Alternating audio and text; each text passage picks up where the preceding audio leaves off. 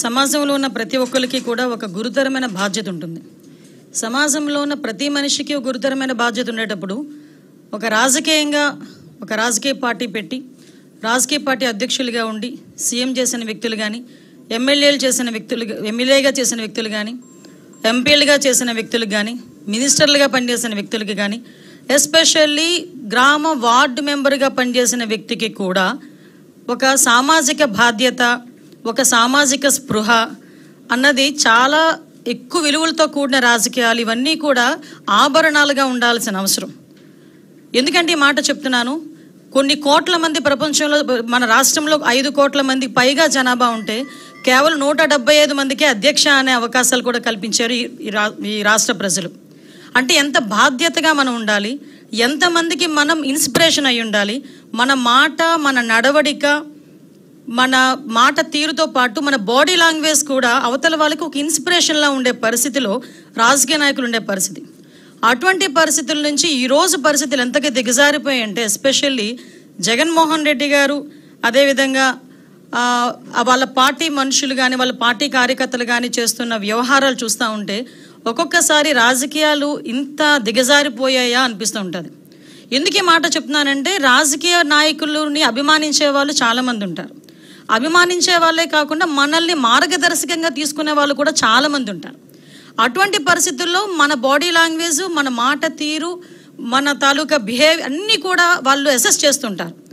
అటువంటి సందర్భంలో ఈరోజు ఒక మానవత్వం లేకుండా కనీసం రాజకీయం అతని తాలూకా రాజకీయ ఉద్దేశాల ధ్యేయంగా హింసను ప్రేరేపించడమే కాకుండా హింసను చేస్తూ తిరిగి దాన్ని సమర్థించుకునే పరిస్థితులు కల్పిస్తున్నా ఉంటే ఒక్కసారి నాకు నిజంగా నేను ఒక రాజకీయ నాయకురాలుగా ఉండేందుకు కొంచెం నేను కూడా ఒక్కొక్కసారి ఇబ్బందులు పడాల్సిన అవసరం వస్తుంది. ఎందుకంటే మనం సాధారణంగా పొదిరిలోని వైసీపీ కార్యకర్తలు అరాచకం చూసాం. అరాచకం చూసిన తర్వాత మళ్ళా వెంటనే రెంటపల్లి వెళ్ళాలి అనేసరికి మా డిపార్ట్మెంట్ వాళ్ళు కూడా, పోలీస్ డిపార్ట్మెంట్ వాళ్ళు కూడా చాలా క్లియర్గా నోటీస్ సర్వ్ చేశారు.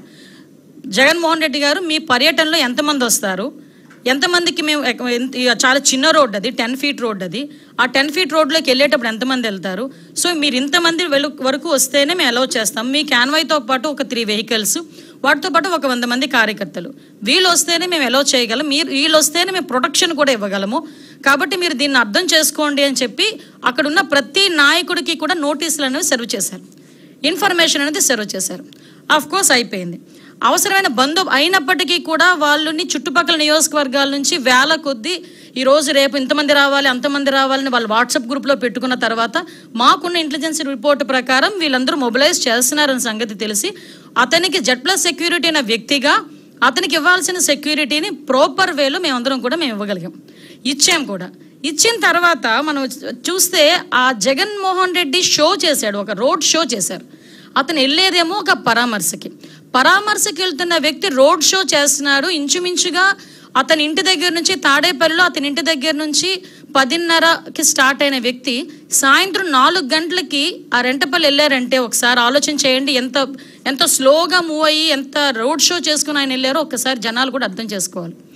ఈ నేపథ్యంలో అతను రోడ్ షో చేసుకుంటూ, అందరికీ అభివాదాలు చేసుకుంటూ, అందరి దగ్గర నవ్వుతూ, షేక్ హ్యాండ్లు ఇస్తూ ఆయన వెళ్తూ ఉంటే దారిలోని అతని కార్యకర్త, అతని సింపథైజర్, అంటే వాళ్ళ పార్టీ సింపథైజర్, పార్టీ కార్యకర్త కనీసం వెహికల్కి కింద పడిపోయి టైర్ కింద పడ్డాడు అన్న సంగతి తెలిసి కూడా అతను కనీసం బండి ఆపకుండా ఆ బండిని అలాగే ఆ పక్కనున్న వ్యక్తిని కనీసం పక్కన తీసి, నేనేమంటానంటే ఆ బండి కింద పడిపోయాడు వ్యక్తి, ఆ వ్యక్తిని తీసి ఇమీడియట్గా 108కో దేనికో ఫోన్ చేసి అంబులెన్స్లో పంపిస్తే కనీసం మనిషి బతికేవాడేమో.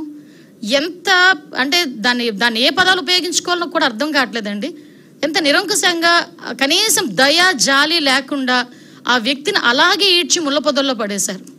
తర్వాత అతన్ని చూసి పోలీస్ డిపార్ట్మెంట్ వాళ్ళు 108కి ఫోన్ చేసి ఇమీడియట్గా డిపార్ట్మెంట్ వాళ్ళు హాస్పిటల్కి పంపిస్తే హాస్పిటల్కి వెళ్ళిన తర్వాత అతను చనిపోయాడని డాక్టర్స్ చెప్పడం జరిగింది.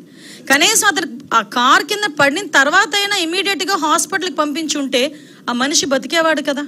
అంటే ఇంత దారుణంగా, ఇంత దాన్ని ఏమంటారంటే కనీసం జాలి దయ లేకుండా కూడా మనుషులు ఉంటారా? మనిషి జన్మకి ఒక అర్థం ఉంటుంది. దేనంటే ఒక జాలి, దయ, ఎమోషన్స్ ఇవన్నీ ఉంటాయి. ఏ ఎమోషన్స్ లేని కాకిలా అంటే ఒక కాకి చచ్చిపోతే 100 కాకులు వస్తాయి. ఒక రోడ్డు మీద ఒక కుక్క చచ్చిపోతే 4-5 కుక్కలు వచ్చి కనీసం తీసి పక్కన పెట్టినంత వరకు అక్కడే చుట్టూ తిరుగుతూ అరుస్తూ ఉంటాయి. అలాంటిది సాటి మనిషి, దట్టు వైసీపీ కార్యకర్త, నీ మీటింగ్ గురించి, నీ ర్యాలీ గురించి నువ్వు పిలిస్తే వచ్చినవాడు దళితుడు, నీ కారు కడ్డంగా నీ కారు టైర్ కింద నలిగిపోతే తీసి హాస్పిటల్కి లేనంత దౌర్భాగ్యమైన పరిస్థితిలో ఈరోజు జగన్మోహన్ రెడ్డి ఉన్నాడా? అంత నిర్దయగా జగన్మోహన్ రెడ్డి ఉన్నాడా? అంటే అతనికి జగన్మోహన్ రెడ్డి రాజకీయ లబ్ధి తప్పించి మనుషుల ప్రాణాలంటే లెక్కలేదా? ఇంత ఉన్మాద పరిస్థితిలో కూడా రాజకీయ నాయకులు ఉంటారా? నిజంగా నాకైతే చాలా ఆశ్చర్యం అనిపిస్తుందండి. ఇలాంటి సిచ్యువేషన్ నుంచి తన నిర్లక్ష్యంగా 2 చనిపోయారు. అతని నిర్లక్ష్య కారణంగా ఆ రోజు సింగయ్య, మళ్ళీ ఇంకొక అబ్బాయి రెడ్డి, 2 చనిపోయారు. 2 చనిపోయినా కూడా తన పర్యటన కొనసాగిస్తూనే ఉన్నాడు.